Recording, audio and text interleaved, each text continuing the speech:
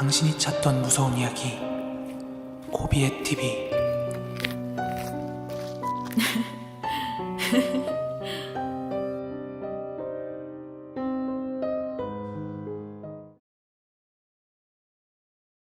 제 직업은 간호사예요. 그리고 정확히 10년 전 제가 28살 때 요양병원에서 처음 겪었던 이야기를 말씀드리고자 합니다. 이전 사연 들으신 분들은 눈치채셨겠지만 의사나 간호사라는 직업이 다른 직업군보다는 조금 세다고 하더라고요. 실제로 지금 무당일을 하고 계시는 분들 중에 의사나 간호사가 본업이었던 분들이 많이 있다고 하더라고요.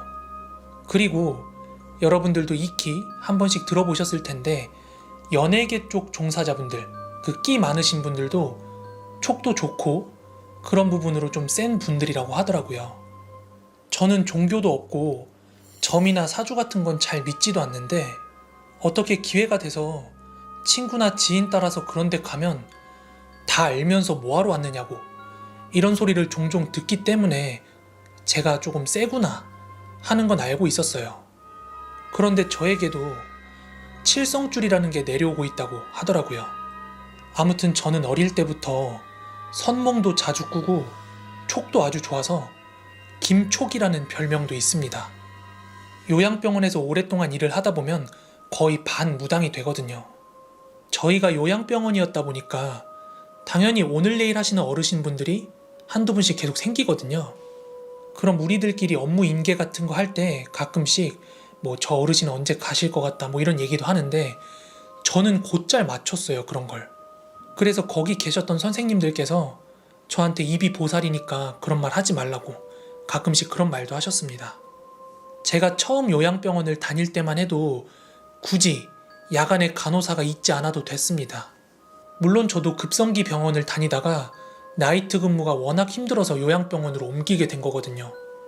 근데 2014년에 발생한 장성 요양병원 화재 사고 때문에 환자뿐만 아니라 직원까지 사망하는 일이 발생하면서 근무표 조작 같은 게 수면 위로 드러나게 됐습니다.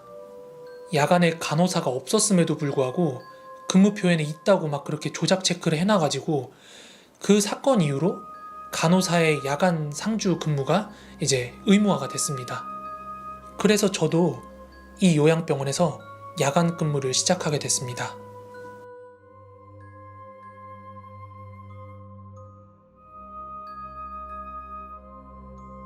간병사 1명이랑 간호사 1명 이렇게 둘이 야간 근무를 하게 되는데요. 그날도 어김없이 여사님 1분 그리고 저 이렇게 둘이서 야간 근무를 하고 있었습니다. 야간에는 교대로 2시간씩 쉬는 시간이 정해져 있어서 여사님이 먼저 2시간 쉬시고 그 다음에 2시부터 4시까지 저의 쉬는 시간이었어요.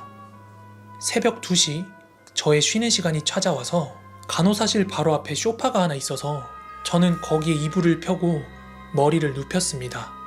불도 켜져 있었고 가끔 한 번씩 환자들이 막 소리도 지를 때가 있어가지고 깊이 자는 건 아니었고 잠깐 눈만 붙이는 정도였죠. 그런데 그날따라 깜빡 잠이 들었습니다. 꿈속에서의 저는 주변이 어두컴컴한 들판 한복판에 서 있었는데요. 그래서 주변을 천천히 둘러봤는데 아무것도 없는 거예요. 그렇게 저는 제 주변으로 사방에 아무것도 없는 걸 확인한 그때 제 뒤쪽에서 막 빠르게 달려오는 발걸음 소리가 들리는 거예요. 그래서 뭔가 싶어가지고 뒤를 돌아봤는데 정체를 알 수 없는 여자 하나가 마치 저를 잡으려는 듯이 손을 막 이렇게 휘저으면서 뛰어오는 거예요. 그때부터 그 여자한테 쫓기기 시작했는데 꿈속에서 도망다니는 꿈 꿔보신 분들 아시겠지만 몸이 제 몸이 아니에요. 안 달려지는 거예요. 그 여자는 저 멀리서 저를 잡으려고 팔을 막 휘두르면서 달려오고 있는데 저는 달려도 계속 제자리 걸음인 거예요. 그렇게 계속해서 제자리 뜀박질을 하고 있는데 어느 순간 개울물 같은 게 흐르는 소리가 들리는 거예요.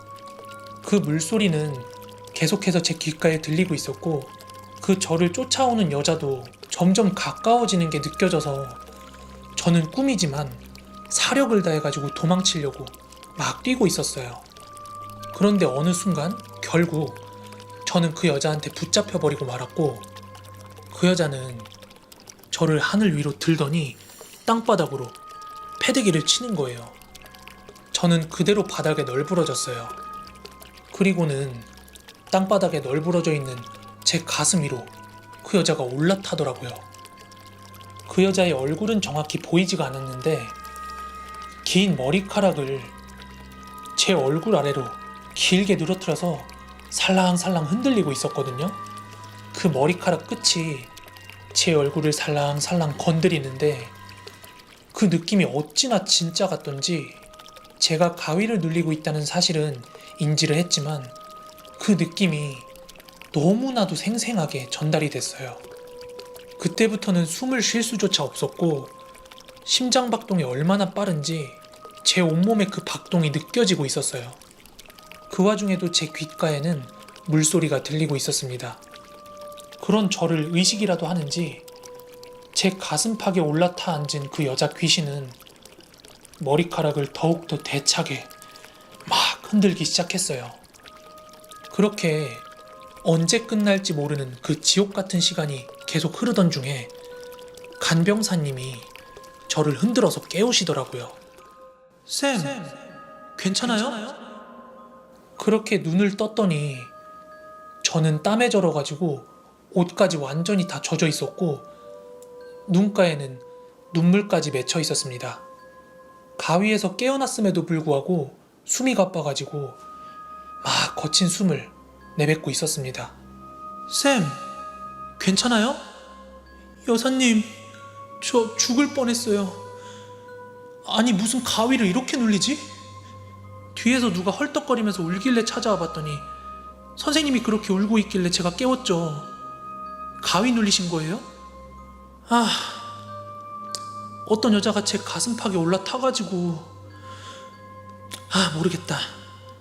근데 여사님, 혹시 여기 터가 세요? 제가 이렇게 물었습니다. 그랬더니 여기는 기가 센 사람들도 워낙 터가 세서 다른 쌤들은 여기서 안 잔다는 거예요. 이 소파 자리 위에서 자는 사람들은 다 저랑 같은 일을 경험을 했다는 거예요. 그리고는 다음부터 이 소파에서 자지 말라고, 이러다 큰일 나겠다고 그러시네요. 그렇게 저는 기진맥진한 상태로 아침에 퇴근을 해서 집으로 왔고 하루 종일 시체마냥 잠만 잤습니다. 그리고 다음날 아침이 돼서 다시 병원으로 출근을 했어요. 그리고 그날 한 간호조무사 선생님이랑 함께 근무를 하게 되었는데요. 그분도 기가 세다, 촉이 좋다 이런 말을 많이 들으시는 분이었고 실제로 절 같은 데도 기도를 많이 다니시는 분이셨어요. 그래서 지난 야간 근무 때 제가 겪었던 일을 그 선생님께 말씀을 드렸어요. 선생님, 저 어제 야간 근무 때 이 소파에서 자다가 죽을 뻔했어요. 아이고, 아무도 말 안 해주던가요? 여기서 자지 말라고. 네? 아무 말씀도 없으셨는데? 여사님도 말 안 해줬어요? 네, 쉴 때도 마땅치 않고 해서 그냥 여기 누웠는데 그렇게 가위를 눌렸어요. 이상한 여자한테 쫓기고 눌리고 계속 물소리 나고. 네? 물소리를 들었다고요? 네. 왜요? 와, 쌤도 예민하네. 그거 듣는 사람 잘 없는데. 우리 탈의실에서 이 소파 지나서 저 병실까지 길 같은 게 있거든. 거기에 수맥이 흘러서 그래요.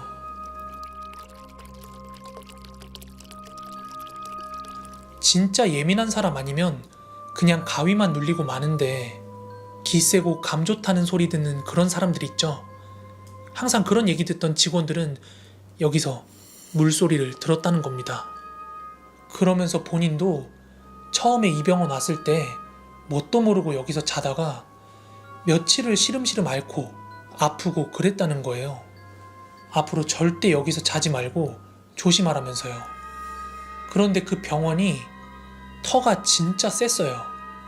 오죽하면 제가 3년 동안 감기를 달고 살았습니다. 감기 한 번 안 걸리던 제가 1년 넘게 지속적으로 감기를 달고 살고 가위를 자주 눌리는 건 일상이었고요. 얼굴에 종기 비슷한 것도 막 나더라고요. 그렇게 건강이 안 좋아진 저는 그 병원을 자연스럽게 퇴사하게 되었고, 퇴사 이후에는 언제 그랬냐는 듯 건강이 돌아오게 되었습니다. 정말 거짓말처럼 건강이 회복이 되더라고요. 아마 그때부터였나봐요. 제가 병원에 입사를 하면 뭔가 이 병원이랑 저랑 잘 안 맞는다 싶으면 피부 트러블부터 감기부터 가위 눌림까지 일주일 안에 그런 것들이 동시다발적으로 막 찾아오는 거예요. 그러면 저는 죄송스럽긴 하지만 뒤도 돌아보지 않고 퇴사를 결정하게 됐어요. 무엇보다 가장 중요한 건 제 건강이니까요. 이 이야기는 제가 고등학교 1학년 때 함께 교회를 다니던 친구들과 겪은 이야기예요. 저희는 매주 금요일마다 저녁 예배를 마치고 농구장에 가서 한 2-3시간 정도 농구를 하곤 했습니다. 그날도 어김없이 다 같이 예배를 보고 농구를 하고 있었습니다. 그런데 농구장 밖에 있던 저희 친구의 누나가 이런 제안을 하더라고요. 여기서 그렇게 멀지 않은 곳에 폐정신병원이 하나 있다는데 우리 다 같이 거기 구경 한번 가보자, 이러는 거예요. 제 친구랑 친구의 누나도 공포, 오컬트 장르 굉장히 좋아했거든요. 그래서 그 누나가 딥웹이라고 아시죠? 그 딥웹을 서치를 하다가 이 근처에 그렇게 멀지 않은 곳에 폐정신병원이 있다는 걸 알게 되었고, 그 위치까지 확인을 했다는 거예요. 누나가 말한 폐병원은 교회에서 차 타고 약 20분 정도 거리에 있다고 했는데 문 닫은 폐정신병원이라고 하더라고요. 저는 공포물을 보는 건 참 좋아했지만 실제로 한 번도 폐가 같은 데를 가본 적이 없었기 때문에 솔직히 누나가 거기 가자고 했을 때는 진짜 무서워서 가기 싫었습니다. 저 말고도 거기 있던 다른 친구들도 별로 가고 싶어하는 눈치는 아니었지만 어쩔 수 없이 그 누나의 부탁 같은 제안을 따를 수밖에 없었습니다. 왜냐하면 그 누나가 매주 저희를 운전해서 집까지 데려다 주곤 했거든요. 그래서 어쩔 수 없이 농구를 하다 말고 저, 그 누나, 친구들 다 합쳐서 총 7명이 차를 타고 그 폐병원으로 출발을 했습니다. 저희는 사전에 아무 계획 없이 급으로 출발한 거라 아무 준비가 되어 있지 않았어요. 그래서 적어도 그런 데 가려면 후레쉬 같은 건 챙겨야 되지 않겠냐 싶어서 가다 말고 편의점에서 후레쉬를 몇 개 샀습니다. 그렇게 몇 분 정도 더 운전을 해서 소방서 인근에 있는 한 아파트에 차를 대놓고 저희는 누나를 따라 걷기 시작했습니다. 저희 친구들은 누나를 따라 걷는데 이게 도무지 병원이 있었을 것 같은 장소가 아닌 거예요. 그래서 지금 제대로 가고 있는 거 맞냐 하고 계속해서 되물었어요. 그런데 누나는 자기가 인터넷에서 분명히 확인했다, 일로 가면 된다 하면서 계속 따라오라고 하더라고요. 그렇게 얼마간 더 걸었더니 여기쯤인 것 같은데 저기다, 여기 맞는 것 같아, 이러곤 누나가 어딘가를 가리키는데 거길 봤더니 철조망 펜스가 세워져 있더라고요. 그리고 저희는 한 사람씩 철조망을 넘기 시작했고 그 철조망 너머로는 정말 나무가 빼곡하게 차있는 숲이 있었습니다. 그리고 나서 길도 없어 보이는 그 숲을 저희는 후레쉬에만 의존한 채 더 깊숙이 들어갔습니다. 도무지 병원이 있을 것 같아 보이지 않는 영화에서나 볼 법한 숲속이었는데 그곳을 빠져나오니까 정말 거짓말처럼 폐병원이 떡하니 하나 있더라고요. 그런데 그 병원 사이즈가 정말 너무너무 컸습니다. 그 주변엔 죽은 잔디밭과 문 닫은 폐병원 하나가 전부였습니다.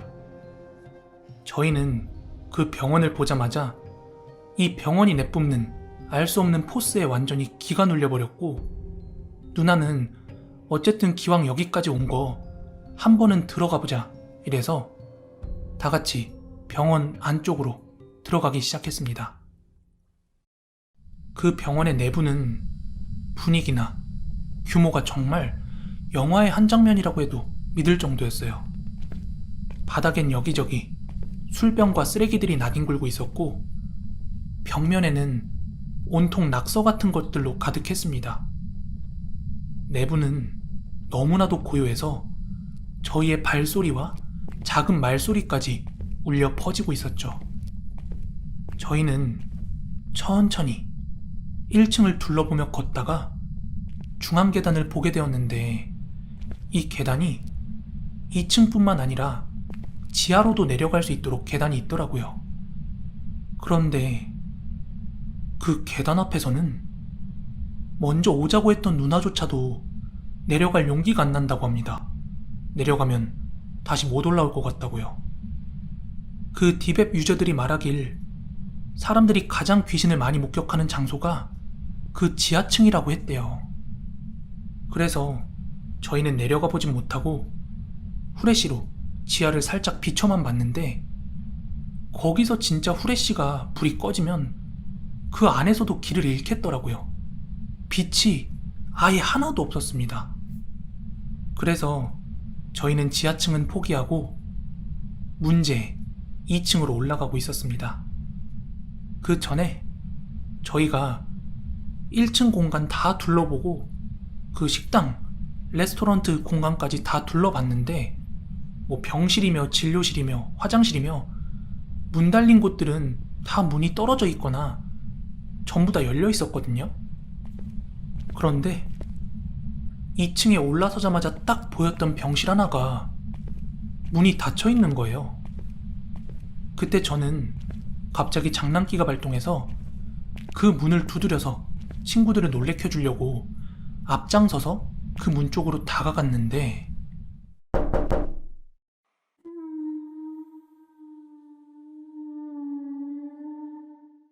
순간 병실 안쪽에서 누군가 정확히 3번 독독독 하고 노크를 하는 거예요. 야, 이거 무슨 소리야? 야, 방금 뭐야? 다들 너무 놀래서 멘붕이 오기 시작하는 거예요. 근데 그거 알죠? 누구 하나 소리 지르기 시작하면 다 같이 혼비백산 되는 거예요. 그래서 전 일단 다들 조용하고 우리 나가서 얘기하자 이렇게 말하고는 다시 1층으로 내려갔습니다. 저희는 정말 목 놓아 소리 지르고 싶은 걸 꾹 참고 1층에 도착하자마자 병원 밖으로 막 뛰어나왔습니다. 밖으로 나오자 친구들은 제가 문을 두드린 거 아니냐며 묻는데 저 정말 아니었거든요. 설령 그 안에 누가 있었다고 한들 그렇게 문이 굳게 닫혀 있었는데 저희가 올 줄 어떻게 알고 그렇게 문을 두드릴 수 있었던 걸까요? 그렇게 의문을 품은 채 누나가 저희를 하나씩 집에 내렸다 주었습니다. 당연히 그날 저희와 함께하지 않았던 친구들은 이 경험담을 절대 믿지 않았습니다. 그리고 며칠 뒤 친구 누나가 그 문 뒤에 뭐가 있었는지 굉장히 궁금하고 답답했는지 한 번 더 가보자고 이야기를 하는 거예요. 하지만 저희들은 그때 무서움이 채 가시지 않은 상태라 거절을 했습니다. 그리고 한 2-3달쯤 뒤였습니다. 그날은 날이 밝은 오후였는데 친구들과 그 누나와 함께 점심을 먹고 집으로 돌아가던 길이었어요. 그런데 차에서 이런저런 이야기를 하다가 문득 그 폐병원 이야기가 나온 거예요. 그런데 그때 누나가 어차피 지금 해도 떴는데 지금처럼 화날 때 한 번만 거기 안에 보고 오자고 다시 제안을 하는 거예요. 그래서 시간도 많이 지났고 한밤중도 아니고 지금 해가 중천에 떠 있어서 그럴까? 하고 다 같이 다시 한번 그 폐병원으로 향했습니다. 그런데 가장 무서운 건 이번 방문에서였어요. 폐병원이 있던 자리는 무성한 잡초들만 자라있을 뿐 건물의 흔적이 어디에도 없는 겁니다. 정말 거짓말처럼 그 병원이 사라졌어요. 철거를 한 게 아니라 그냥 원래 아무것도 없었던 것처럼요. 그 이후 친구의 누나는 다시 디웹에 접속을 해서 그 병원에 대한 정보와 후기를 찾아보려고 했는데 그 후기와 정보들이 감쪽같이 사라져 있었다고 합니다. 그럼 도대체 그날 저희가 보고 듣고 느낀 그것들은 전부 다 무엇이었을까요? 이건 예전에 사촌언니한테 들은 이야기인데요. 이 이야기를 언니가 말해준 그날 밤은 진짜 무서워서 잠도 제대로 못 잤습니다. 저희 사촌언니는 20대고 병원에서 일을 하고 있습니다. 그날은 언니가 나이트 근무를 하는 날이라 한밤중에 스테이션에서 차트 같은 걸 정리하다가 저녁에 때가 되면 한 바퀴 이렇게 병실을 돌고 와야 되거든요. 그걸 라운딩이라고 한대요. 그래서 언니가 그 어두컴컴한 병실들을 라운딩을 한 바퀴 돌고 왔다고 합니다. 그때는 깊은 새벽 시간대라 스테이션 주변에만 불이 들어와 있고 다른 곳들은 다 불이 꺼져 있어서 좀 어두컴컴했다고 합니다. 보통 병원과 관련된 무서운 이야기 속에서의 그 야간 근무는 굉장히 좀 무섭고 호러스럽게만 그려지잖아요. 근데 실제로 야간 근무를 하다 보면은 할 것도 많고 그렇게 무서움 속에서 근무를 하는 게 아니라 생각보다 피로감 같은 게 더 크다고 합니다. 그래서 사실 언니가 불이 꺼져 있고 어둡고 이렇게 묘사는 했지만 실제로는 피곤함이 훨씬 더 컸다고 합니다. 아무튼 라운딩을 한 바퀴 돌고 와서 다시 스테이션 그 데스크로 돌아와서 이것저것 업무를 보고 있었대요. 그런데 복도 저편 어딘가에서 희미하게 구두굽 소리가 들리더래요.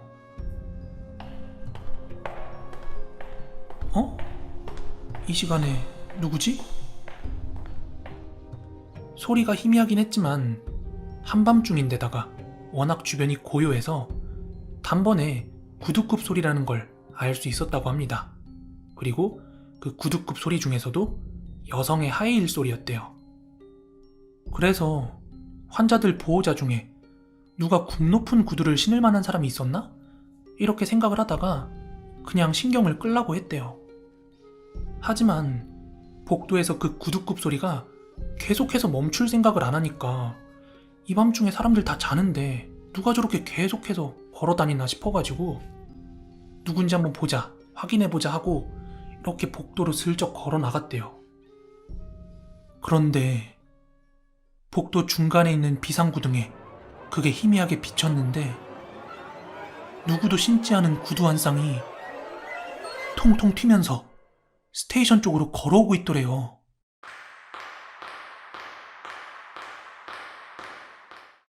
화들짝 놀란 언니는 불빛이 있는 스테이션 쪽으로 막 후다닥 도망을 왔대요.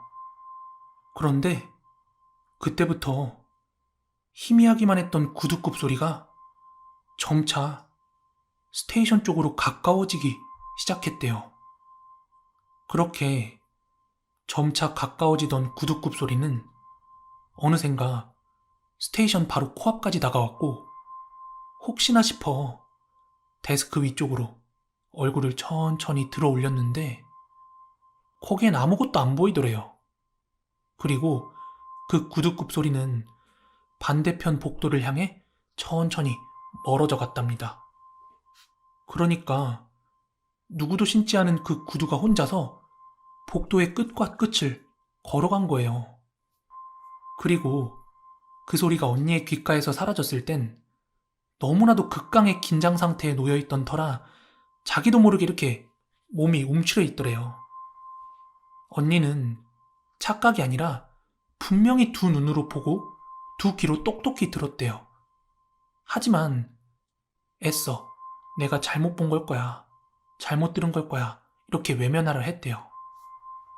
근데 원래 약간 피곤하긴 했는데 갑자기 그 고도의 긴장 상태에 있다가 이게 천천히 풀려버리니까 자기도 모르게 졸음이 막 몰려오더랍니다. 그리고 지금 시간을 확인하고 다음에 해야 될 업무 같은 걸 막 이렇게 체크하다가 자면 안 되는데, 자면 안 되는데 이러다가 자기도 모르게 눈이 감겼대요. 그렇게 잠이 든 언니는 꿈을 하나 꿨다고 합니다. 꿈속에서의 언니는 모든 불이 다 꺼진 비상등 불만 켜진 병원복도 한가운데 덩그러니 서 있었대요.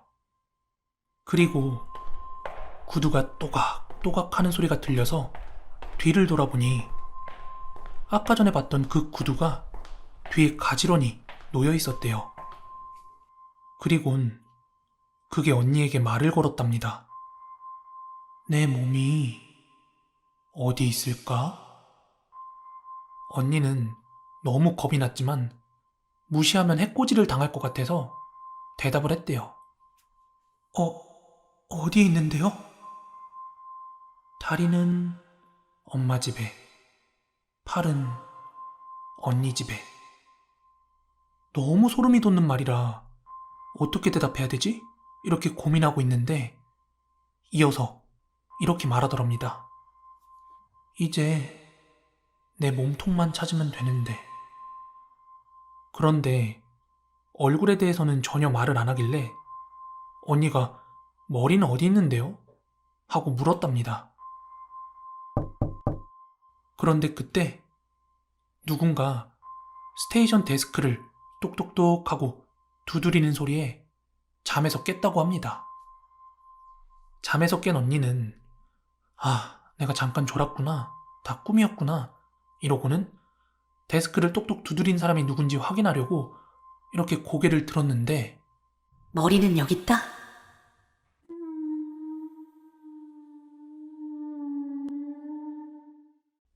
언니의 눈에 비친 건 둥둥 떠있는 여자의 머리였다고 합니다. 그리고 언니는 그대로 기절을 했대요. 언니는 말합니다. 이 모든 상황이 선명히 기억이 난다고요. 그런데 이 모든 상황을 단순히 꿈이나 악몽으로 치부하기에는 너무나 미스테리했다고 합니다. 왜냐하면 언니가 기절해서 깨어났을 때였습니다. 분명히 언니가 긴장이 풀려 갑자기 졸음이 쏟아질 때 남은 업무들에 대한 걱정 때문에 시계를 확인했대요. 몇 시라 했는지 정확히 기억은 안 나지만 일단 4시라고 할게요. 아무튼 4시인 걸 확인하고 잠에 들어 꿈도 꾼 거고 또 둥둥 떠있는 머리를 보고 기절도 한 건데요. 언니가 기절을 하고 다시 정신을 차렸을 땐 아까와 변함없는 새벽 4시였다고 합니다. 언니는 언니가 경험한 이 모든 것들이 현실인지 꿈인지도 구분이 안 가는 그 상태에서 퇴근 시간까지 오들오들 떨면서 근무를 할 수밖에 없었다고 합니다. 그런데 다행히도 그 이후에는 헛것을 목격하거나 다시 꿈에서 그런 게 나타나는 일은 없었다고 합니다. 저는 장례지도사 일을 하고 있는 24살 남자입니다. 제가 이 일을 시작한 지는 벌써 1년이란 시간이 지났고 지금 들려드릴 이야기는 제가 장례지도사 생활을 시작한 지 얼마 되지 않았을 때의 일입니다. 저는 시골병원에 있는 한 장례식장을 다니고 있습니다. 대부분 장례식장이 그렇듯 업종의 특성상 격일로 근무를 하는 게 대다수입니다. 그날은 새벽 근무를 하는 날이었고 주야가 바뀌는 탓에 너무 피곤했던 저는 근무 중에 깜빡 잠이 들었습니다. 그렇게 잠든지도 모르고 있던 바로 그때 한 통의 전화벨이 울렸어요.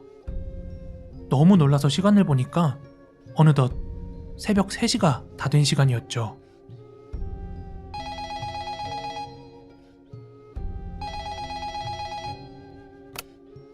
여보세요. 비엣병원 장례식장입니다.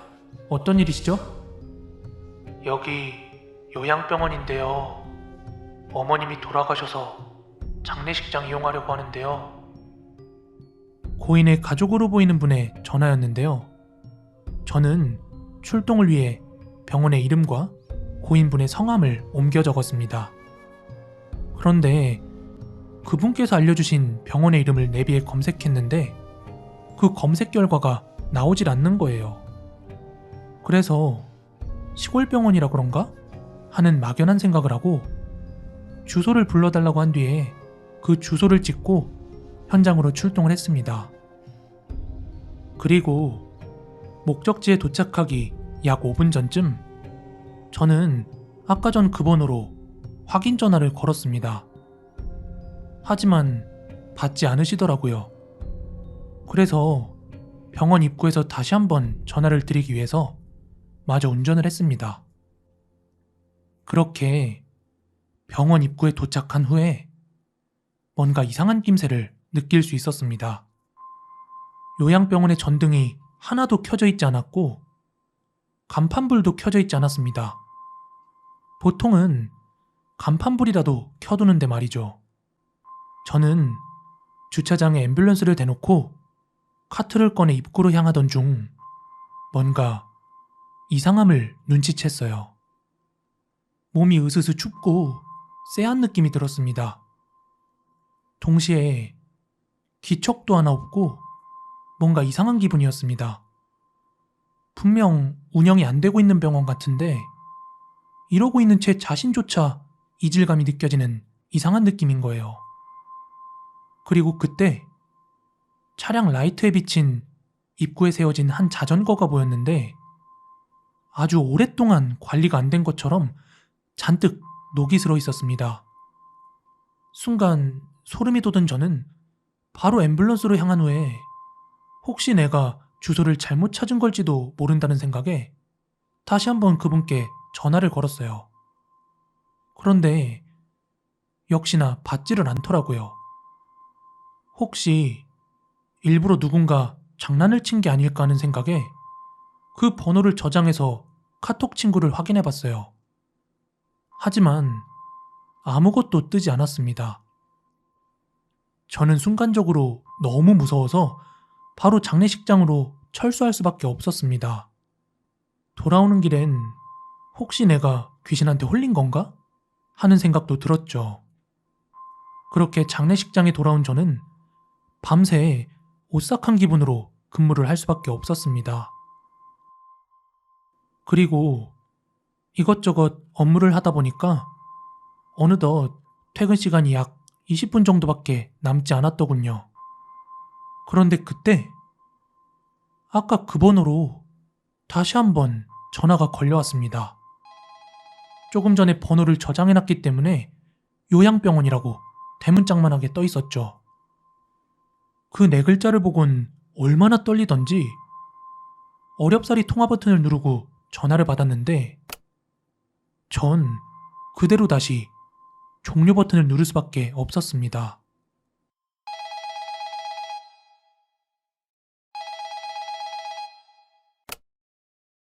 왜 왔다가 그냥 가셨어요?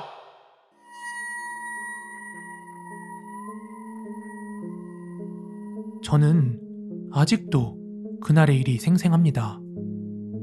이후에 다시 한번 전화를 걸어봤지만 그 번호는 없는 번호라고만 뜨더라고요. 그런데 제가 진짜 무서운 건 그 문 닫은 폐요양병원 앞에 있던 저를 그것이 쳐다보고 있었다고 생각하니까 도무지 소름이 돋아 근무가 끝난 뒤에도 잠을 이룰 수가 없었습니다. 제가 기가 허해서 무언가에 홀린 걸까요? 지금도 도무지 풀리지 않는 미스테리입니다. 벌써 3년 전 이야기입니다. 저는 지방 종합병원에서 간호사로 일하고 있었습니다. 그날은 야근을 하게 돼서 병실불을 끌 준비를 하고 있었죠. 소등 전에는 병실뿐 아니라 병동 전체를 돌아보고 점검하는 게 규칙이었습니다. 병동 전체라고는 해도 실제로 점검하는 건 작은 면담실, 엘리베이터 홀, 회의실, 당직실, 그리고 비상계단 정도지만요. 그때까지만 해도 점검 도중 별다른 이상이 있었던 적도 딱히 없었습니다. 일부러 돌아보는 게 귀찮게 느껴질 정도였으니까요. 하지만 일단 규정이니까 그날도 재빨리 돌아볼 생각이었습니다. 그렇게 저는 비상계단을 점검하는데 계단과 계단 사이 층계참에 웬 아이가 등을 보인 채 서 있었습니다. 고작 3살 정도 되어 보이는 야윈 아이가 환자복을 입고 링겔대를 옆에 세운 채 가만히 서 있는 것이었습니다. 링겔대에는 링겔 봉투가 매달려 있고 시린지 펌프도 달려 있었습니다. 어느 병원이든 마찬가지겠지만 그 비상계단은 워낙에 인적이 뜸한 곳이라 저는 깜짝 놀랐습니다. 게다가 그 아이는 창문 하나 없는 벽을 보고서 그저 서 있을 뿐이었습니다. 하지만 그때는 별달리 무섭다는 생각도 없었고 곧 소등 시간인데 여기서 뭐하고 있는 걸까 하는 생각뿐이었습니다. 저는 계단 위에 서서 아이를 향해 말을 걸었습니다. 얘야, 거기서 뭐하니? 이제 불 꺼야 되거든?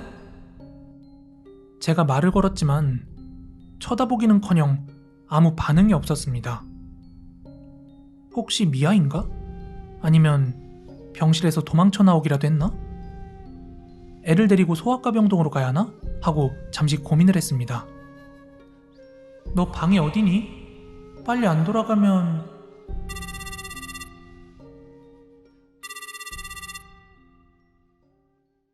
제가 이렇게 계속 말을 걸고 있을 무렵이었습니다. 간호사마다 한 대씩 PHS가 지급이 되는데요. 그게 울리기 시작했습니다. 선배가 도와달라고 전화를 건 것이었죠.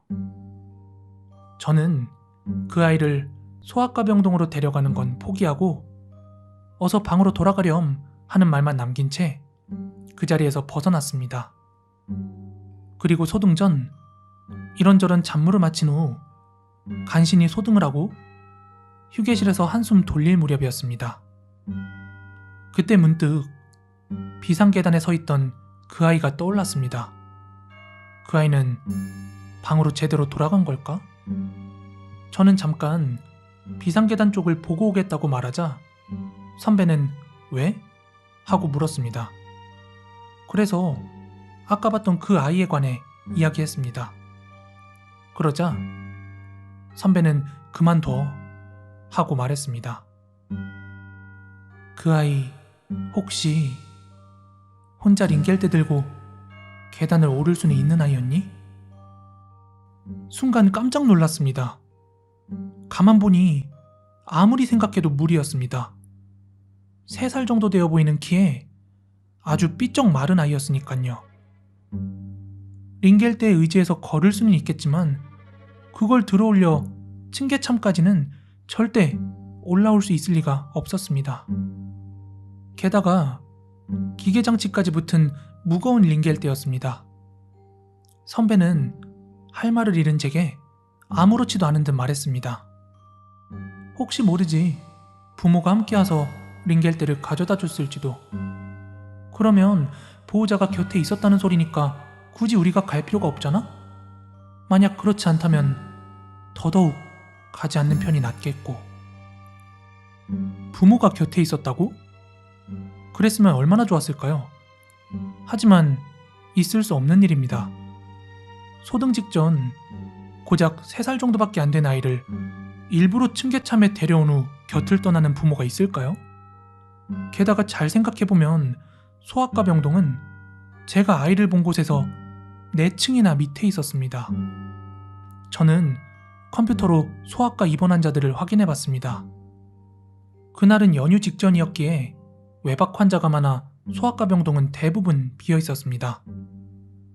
외박을 하지 않은 5세 이하 환자는 고작 몇 사람뿐이었습니다. 개인실에 입원해 인공호흡기로 연명하고 있는 아이, 또 휠체어를 타야만 하는 아이, 그리고 2시간 전에 수술을 마쳐서 회복 중인 아이. 그러니까 아까 제가 봤던 아이 같은 그런 환자는 없었습니다. 그렇다면 그 아이는 설마... 그렇게 생각하고 있자 선배는 뒤에서 모니터를 쓱 한번 들여다보고는 야, 이제 그냥 받아들여. 하고는 씩 웃었습니다. 야, 병원 일하면서 이 정도는 빨리 익숙해져야지. 나는 죽은 환자한테 귀걸이를 뺏긴 적도 있다니까? 선배는 단발의 머리카락 속에 숨겨져 있던 귀를 드러내 보여줬습니다. 귓볼에는 한번 찢어졌다가 들러붙은 것 같은 그런 흉터 자국이 남아 있었습니다. 이전에 선배가 죽은 환자에게 수의를 입히고 분칠을 해주던 도중 문득 뒤를 돌아봤었다고 합니다. 그런데 그 순간 귀에서 엄청난 통증을 느꼈다고 합니다. 귀가 찢어졌던 거죠. 게다가 귀에 달고 있던 귀걸이가 이미 없어진 후였다고 합니다. 그래서 나중에 찾고 보니까 그 귀걸이가 죽은 환자가 가슴 위에 이렇게 포갠 손 사이에 들어있었다고 합니다. 내가 한창 군 생활을 할 때의 일이야. 때는 2009년 여름으로 기억해. 영일만 앞바다에서 전투 수영을 하다가 큰 파도에 그만 왼쪽 어깨가 탈구가 되었고 난 그렇게 해군 포항병원에 입원하게 되었어. 난 그냥 어깨를 제자리에 맞추면 끝날 거라고 생각을 했는데 담당 군의관 말로는 아마 수술을 해야 될 거라고 그렇게 말해주더라고. 그래서 예정에도 없었던 군병원 생활이 시작되었어.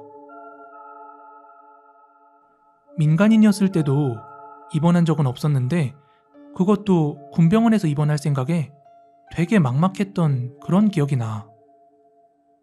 하지만 다행히도 내가 입원한 층에 나와 같은 기수의 동기들도 몇 있었고 또 같은 고향 사람의 선임도 있었기 때문에 마음만큼은 편하게 지낼 수 있었어. 그렇게 한 달이 지났을 때쯤 우리 소대 선임이 무릎 수술로 인하여 나랑 같은 층에서 지내게 되었어. 그러던 어느 날 밤이었어. 잠을 자는데 소변이 너무 마려운 거야. 그래서 참고 그냥 잘까 고민을 하다가 도저히 못 참을 듯해서 무거운 몸을 이끌고 화장실에 갔어. 병실 앞을 나오면 병원 데스크 옆에 불침번 서는 근무자들도 있었는데 가볍게 인사를 한 후에 나는 화장실에서 볼일을 보고 다시 병실로 가기 전에 오른쪽에 있는 브릿지를 봤는데 거기에 환자복을 입은 누군가가 멍하니 서 있는 걸 보았어. 그래서 이상하다. 이 시간엔 밖으로 나가는 문은 다 잠그고 근무자들이 수시로 확인하는데 저길 어떻게 나간 거지? 이런 생각을 하고 데스크 앞에 근무자에게 말을 걸었어. 저기 밖에 브릿지에 있는 사람 누굽니까? 그러자 근무자가 무슨 소리야? 이런 표정으로 나간 사람도 없었고 문이 잠겨 있어서 나가지도 못한다면서 그렇게 대답하더라고. 그래서 내가 저길 보라며 그렇게 손을 가리키자 근무자가 밖을 내다보더니 나한테 그러더라고. 대체 밖에 누가 있냐고. 그런데 정말 귀신이 고칼 노릇이 조금 전까지 분명히 봤거든? 근데 다시 보니까 아무도 없었어. 그래서 내가 헛것을 봤나? 이렇게 생각하고 다시 내 자리로 돌아가려고 하는데 그때 근무자가 살짝 부르더니 나한테 그러더라고. 자기 말고 다른 근무자가 근무를 설 때도 또 누가 화장실 다녀오면서도 브릿지에 사람이 있었다고 한 적이 종종 있었다고 말이야. 그래서 일단 대수롭지 않게 생각하면서 자리로 돌아가 잠을 청했어. 그렇게 얼마나 잤을까? 내 침대가 흔들리는 느낌이 들었어. 밑에 바퀴가 달린 그 병원 침대였는데 이게 지진이 난 것 마냥 좌우로 막 흔들리는 거야. 난 순간 지진이 난 줄 알고 뭐야? 하는 순간에 가위에 눌려버렸어. 그리고 바로 그때 침대 밑에서 스멀스멀 하얀색의 수많은 손들이 올라와 내 몸을 움켜잡고 있는 것이 보였어. 게다가 나와 같은 소대의 선임이 아주 무표정한 얼굴로 나의 몸에 올라타서 내 목을 강하게 조르는 거야. 순간 목이 너무 조여와서 목소리조차 나오지 않았어. 겨우겨우 목소리를 내서 왜 목을 조르냐고, 좀 풀어달라고 선임에게 애원을 했어. 하지만 선임은 더 강하게 내 목을 조르기 시작했어. 분명히 얼굴은 우리 소대 선임이었지만 느낌은 그냥 다른 사람 같았어. 그렇게 내가 진짜 숨이 넘어가기 직전에 그 선임이 목을 놓더니 그냥 뚜벅뚜벅 밖으로 나가버리더라.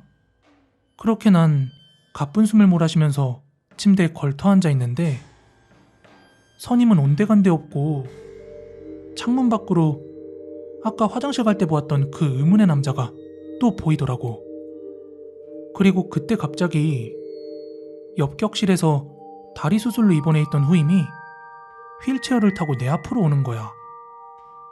그런데 그 후임 품 안에 뭔가가 보였어. 뭔지 보니까 약간 시주단지 같은 작은 항아리를 들고 있었는데 그때 그 후임이 나에게 말을 걸었어. 제가 모시는 작은 신이 있는데 여기 시주 좀 해주시면 안 될까요? 이러며 기분 나쁘게 웃고 있더라고.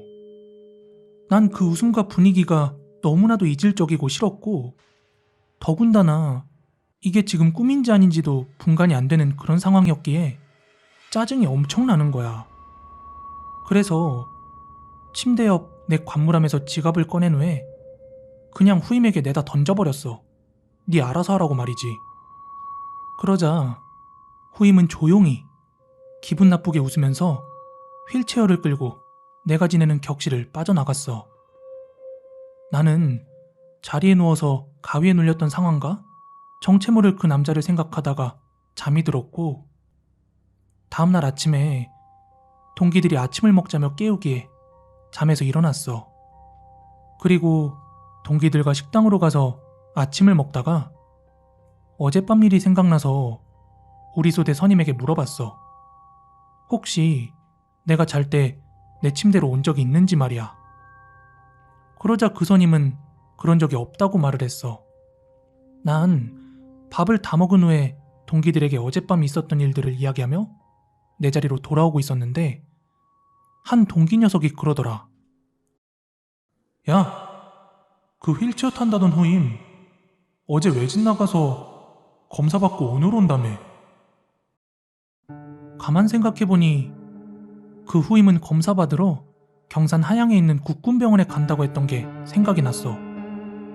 그리고 바로 내 시야에 들어온 건 어제 내가 후임한테 던졌다던 그 지갑이 간물대 위에 고이 올려져 있었어. 내 지갑은 항상 관물대 맨 밑 서랍장에 놔두고 다녔는데 아침에 보니까 고스란히 올려져 있더라고. 내가 지난밤 꿈을 꾼 건지 아니면 정말 무언가를 보고 행동한 건지 지금 글을 쓰는 이 순간에도 전혀 감이 잡히질 않아. 꿈이었다면 왜 지갑이 꺼내져 있었던 건지, 꿈이 아니었다면 난 대체 누굴 보고 이야기했던 거고 지갑을 던진 거지? 그리고 가위에 풀리자마자 창밖에 보였던 그 브릿지에 서 있던 남자는 또 누구였을까? 이 이야기는 100% 실화이고 거짓 없는 이야기임을 미리 말씀드립니다. 4년 전 겨울에 저는 알바 천국에서 일자리를 찾아보다가 어느 경비보안 업체에 지원을 하게 되었고 그렇게 근무지를 돌고 돌아서 인천에 있는 어느 종합병원에서 근무를 하게 되었습니다.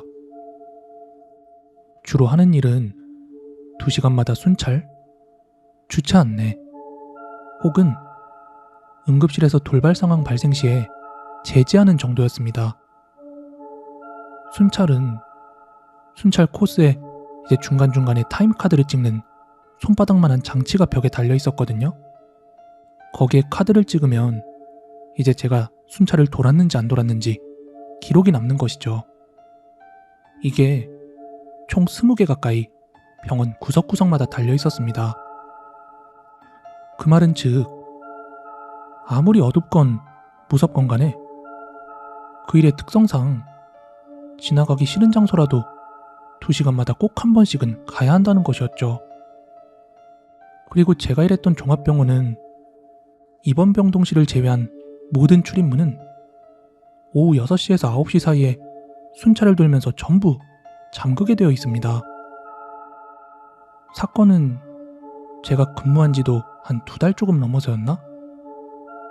그날은 밤샘 근무를 하고 있었는데 그날따라 정말 누가 어깨에 올라탄 것 마냥 몸이 너무 무겁더라고요.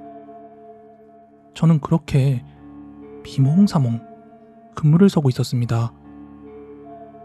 그러다 새벽 1시쯤이었나? 응급실에서 무전기를 통해서 갑자기 연락이 왔어요. 정은 씨, 지금 응급실 입구로 좀 와주셔야 할 것 같은데요? 저랑 비슷한 일을 해보신 분들이라면 다 아시겠지만 응급실에서 깽판 치는 사람들 이거 제지하는 거 진짜 진심으로 꼭지 돌 때 많습니다. 어떻게 후려 갈길 수도 없고. 에휴. 아무튼 전 누가 또 응급실에서 난동 피우는구나 생각하고 응급실 쪽으로 향해 갔습니다. 그런데 막상 도착하니까 간호사 2분과 구조원 1분이 저를 바라보면서 뭔가를 같이 들어달라고 하는 겁니다. 근데 그게 뭐였냐면 뭔가가 두꺼운 반투명 비닐로 씌워져 있다기보단 칭칭 감겨져 있었다? 뭐 이렇게 표현하는 게 더 가까운 것 같습니다. 그렇게 가까이 다가가기 전까진 그게 뭔지 전혀 몰랐습니다. 저는 좀 꺼림칙했지만 뭐 이것도 저의 일이니까 가서 도와주려고 그것에 손을 가져다 대는 순간 발끝에서 머리끝까지 온몸에 소름이 돌면서 직감했습니다. 아, 이거 시체구나. 알고 보니 30분 전에 뺑소니로 봉변을 당하신 어느 할머니의 시신이었습니다. 여튼 들것을 통해 그 시체로 옮겨야 하는데 그 할머니의 체구가 상당히 작으신 편이어서 4명이면 충분히 들 수 있을 거라고 생각을 했습니다. 하지만 4명이서는 어림도 없더군요. 나중에 2명이 더 오고 나서야 겨우겨우 들것에 실어 옮길 수 있었습니다. 그리고 나서 저는 다시 순찰 준비를 하러 근무지로 돌아갔고 새벽 2시쯤 저는 다시 순찰을 돌기 시작했습니다. 그치만 순찰을 도는 내내 그 찝찝한 기분이 사그라들질 않더군요. 그래서인지 그날따라 한밤중 정적만이 가득한 그 병원 안을 순찰하기는 쉬운 일이 아니더군요. 심박수가 평소보다 훨씬 높아지기도 했고요. 그렇게 순찰을 돌고 돌면서 17번째 타임카드를 찍으러 가는 길이었습니다. 정신병동 복도를 지나 코너를 돌아서 잠겨져 있는 문을 열고 딱 몇 발자국 앞으로 걸어 나갔을 때 저는 정말 그 자리에서 얼어붙고 말았습니다. 심장이 아래로 뚝 떨어지는 기분이랄까? 식은땀이 나면서 아무런 소리도 아무런 움직임도 취할 수가 없었어요. 제 눈을 다시 한번 의심할 겨를조차 없었죠. 왜냐하면 제가 본 건 20m쯤 앞에서 검은 소복을 입고 머리를 산발로 다 풀어헤친 할머니가 소름 끼칠 정도로 엄청 빠른 걸음으로 비상구 쪽을 향해 후다닥 지나가더군요. 제가 본 것이 사람이라 할지라도 그곳엔 분명 아무도 없어야 했습니다. 제가 앞서 말했듯 오후 6시에서 9시 사이에 순찰을 돌 때는 분명히 이번 병동실을 제외한 모든 출입문은 잠궈놨었거든요. 항상 두세 번씩 확인해 왔습니다. 그렇게 한 5분 남짓? 제자리에서 아무것도 못하고 얼어있는 상태로 가만히 서 있기만 했습니다. 정말 몸이 전혀 움직여지지 않더라고요. 그리고 나서 설마 하면서 조심조심 복도를 지나 화장실을 지나친 다음에 코너를 조심스럽게 얼굴만 살짝 내밀어 확인을 했습니다. 그러자 아무도 없더군요. 그리고 속으로 제발 비상구 문만큼은 잠겨있질 않길 바랬죠. 왜냐하면 만약에 문이 잠겨있지 않은 거라면 제가 본 것이 귀신이 아니라 사람일 수도 있었을 테니까요. 그런데 지금 생각해보니 그게 사람인들 뭐가 중요합니까? 그땐 이미 제 멘탈이 반 이상 털린 상태였는데. 아무튼 저는 조심스럽게 손잡이를 잡고 문을 열어보려 했지만 비상구 문은 요지부동 열리지 않더군요. 심장박동수가 다시 한번 빨라졌고 어떻게 해서든 그 자리를 빨리 벗어나고 싶더라고요. 영적인 존재를 항상 부정해오던 저로서는 엄청난 충격과 공포, 그리고 말로 표현할 수 없는 두려움 속에서 덜덜 떨어야만 했습니다. 그리고 저는 순찰을 마저 돌지 못하고 그날을 마지막으로 일을 그만두었습니다. 사람이 정말로 겁에 질리면 입 하나 뻥끗하지 못하게 된다는 걸 저는 그때서야 알게 되었습니다. 오늘 준비한 무서운 이야기는 여기까지고요.